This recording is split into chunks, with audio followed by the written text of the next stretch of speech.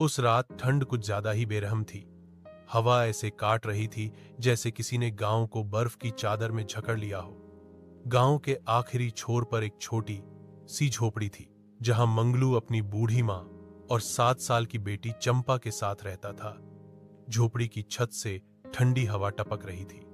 चूल्हा बुझ चुका था और घर में आखिरी लकड़ी भी सुबह ही खत्म हो गई थी।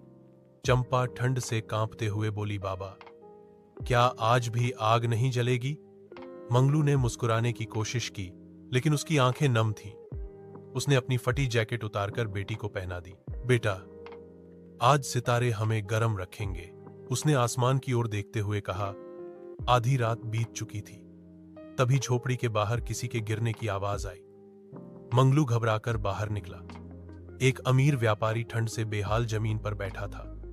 रास्ता भटक गया था और ठंड ने उसकी ताकत छीन ली थी। मंगलू बिना कुछ सोचे उसे झोपड़ी में ले आया। मां ने टूटी हांडी में बचा हुआ पतला सा सूप गर्म किया। 3 लोगों का खाना 4 में बांट दिया गया।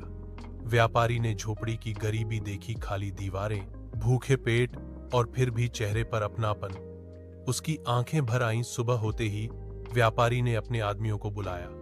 कंबल, लकड़ी, अनाज और दवाइयां झोपड़ी तक पहुंची।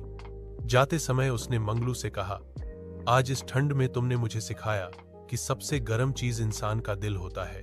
मंगलू ने मुस्कुराकर चंपा का हाथ पकड़ा। झोपड़ी वही थी, लेकिन उसमें अब उम्मीद की गर्माहट थी।